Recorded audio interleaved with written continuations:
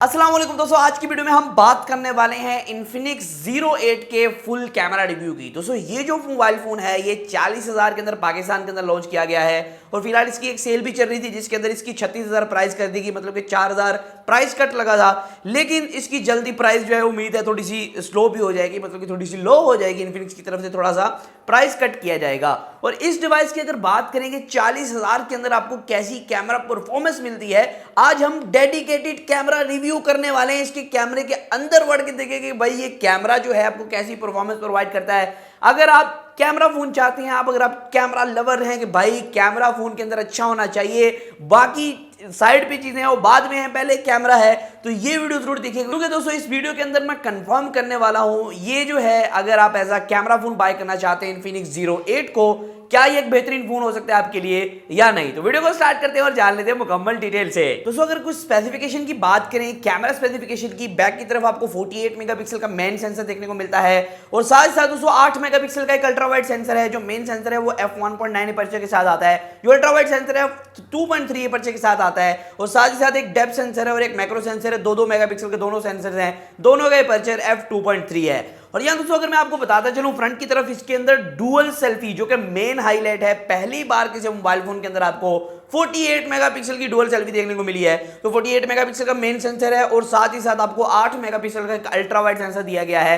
जो ultra wide sensor same है जैसे कि बैक की तरफ आपको देखने को मिलता है 2.3 अपर्चर के साथ, और फ्रंट की तरफ जो सेल्फी है दोस्तों 48 मेगापिक्सल की हाई रेजोल्यूशन वाली सेल्फी है। तो इसको भी टेस्ट करेंगे आपको कैसी हाई रेजोल्यूशन प्रोवाइड करती है।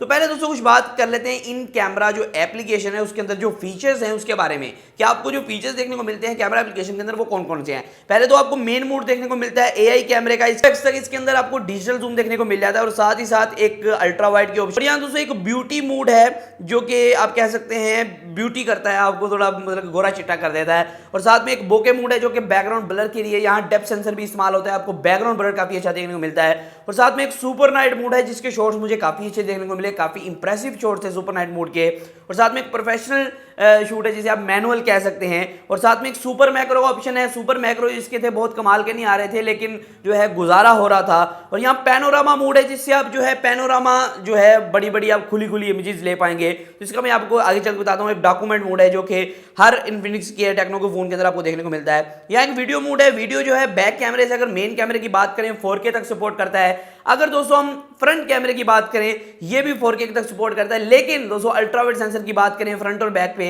ये 1080p सपोर्ट करते हैं। और यहाँ आगे दोस्तों स्लो मोशन का एक ऑप्शन है और शॉर्ट वीडियो का।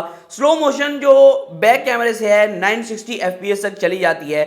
अगर फ्रंट की बात करें यहाँ आपको फ्रंट पे भी स्लो मोशन देखने को मिलता है जो कि 240 fps आपको देखने को मिलता है। और इसके अंदर 120 fps भी कर सकते हैं, 240 भी कर सकते हैं और बैक से आप 960 भी, 240 भी, 120 भी कर सकते हैं, जो कि बहुत अच्छी बात है। तो अब मैं कुछ आपको सैंपल शो कर देता हूं, आपको बता देता हूं इसका कैमरा रिव्यू कैसा रहा मेरे लिए। तो बैक की तरफ जो 64 मेगापिक्सल का मेन सेंसर है काफी अच्छा वर्क कर रहा था। मैं तकरीबन शाम के वक्त फोटोज ये सब कैप्चर की जब लाइट थोड़ी सी कम थी, लेकिन फिर भी मुझे काफी अच्छी लाइट देखने को मिल रही थी। और थोड़ा कंट्रास्ट लेवल ज्यादा था जैसे कि इन्फिनिक्स पे फोन में होता है, कंट्रास्ट लेवल थोड़ा सा बढ़ा दिया जाता है, लेकिन जो आपको एक्चुअल शॉट्स हैं वो अच्छे देखने को मिल रहे थे। बोके थे बहुत कमाल के थे, एज टू एज डिटेक्शन काफी कमाल की थी, बहुत कमाल से शॉट ले रहा था। अगर मैक्रो की बात करें, मैक्रो इसके अंदर बहुत अच्छा नहीं है, मैक्रो आपको सही से देखने को नहीं मिलता है। तो आप कह सकते हैं कि मैक्रो सेंसर आप इसके अंदर बस गुजारे लाइक होगा तो आप गुजारा कर सकते हैं। और साथ में अल्ट्रा वाइड सेंसर, जो अल्ट्रा वाइड सेंसर था उसके अंदर क्वालिटी थोड़ी सी लो देखने को मिल रही थी दूसरे की निस्बत। और यहाँ अल्ट्रा वाइड जो सेंसर था ना उसके अंदर आपको जो है लो लाइट कंडीशन थोड़ी कम देखने को मिल रही थी, मतलब कि उसके अंदर अगर शाम को फोटोज लेते हैं तो थोड़ी ब्लैक ब्लैक फोटो देखने को मिल सकती है आपको। और फ्रंट की तरफ अगर बात करें सेल्फी इसकी बहुत ज्यादा ब्राइट है, बहुत ज्यादा कमाल है, जो कि ओप्पो लवर्स हैं या फिर वीवो लवर्स हैं ना जिनको चाहिए कि आपकी सेल्फी के अंदर जरा चिटम चिट हो जाए सब कुछ, तो वो चीज इसके अंदर बहुत ज्यादा देखने को मिलती है। फ्रंट की तरफ सेल्फी जो ब्यूटी मूड पे कब जब काम करती है तो बहुत ज्यादा अच्छा काम करती है।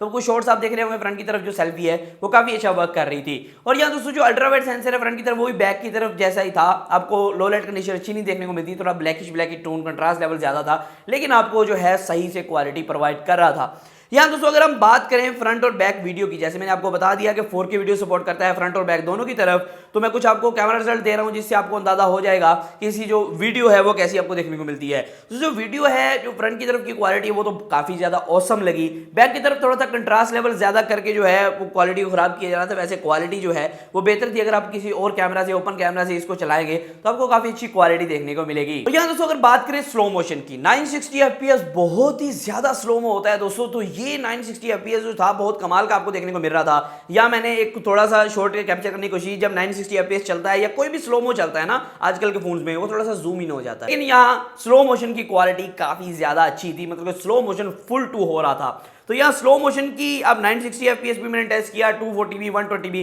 काफी कमाल की क्वालिटी थी। सेम आपको क्वालिटी देखने को मिल रही थी 960 fps से 120 तक। तो अगर आप बात करते हैं मेरे ओपिनियन की, क्या ये फोन रेकमेंडेड है इस रेंज के अंदर कैमरा के लिए? दोस्तों ये कैमरा के लिए मैं कह सकता हूं कि काफी अच्छा फोन है। अगर हम बात करते हैं इसकी, पोको X3 का कैमरा मैंने टेस्ट किया, इसका भी टेस्ट किया है और इसका कैमरा मुझे ज्यादा अच्छा लगा है। और फ्रंट कैमरा जो है इसका काफी ज्यादा अच्छा है भाई पोको X3 की निस्बत, क्योंकि यहाँ जो है आपको जो 48 मेगापिक्सल का सेंसर दिया गया वो लो लाइट कंडीशन को 4 चांद लगा देता है। और यहाँ दोस्तों जो मतलब कि एक शॉट्स होते हैं ना जो कि ब्यूटी मूड चांदना कर देते हैं, जिंदगी में रोशनियां फैला देते हैं, रोशनी ही रोशनी आपकी जिंदगी में होगी, वो चीज इसके अंदर बहुत देखने को मिलती है।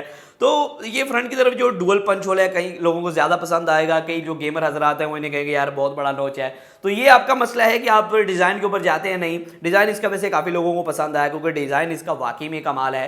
तो कैमरे के लिहाज से ये ओके फोन है, आप इसकी ले सकते हैं अगर कैमरे के सोचते हुए, कैमरा को सोचते हुए ले रहे थे। तो दोस्तों आज की वीडियो इतना ही था, फिर मैं आज वीडियो के साथ। इस तरह वीडियो के लिए हमारे चैनल को सब्सक्राइब कर लें, पहले फिर बता दें। तो आज की वीडियो इतना ही था, फिर मैं आज वीडियो के साथ। अल्लाह हाफ़िज़।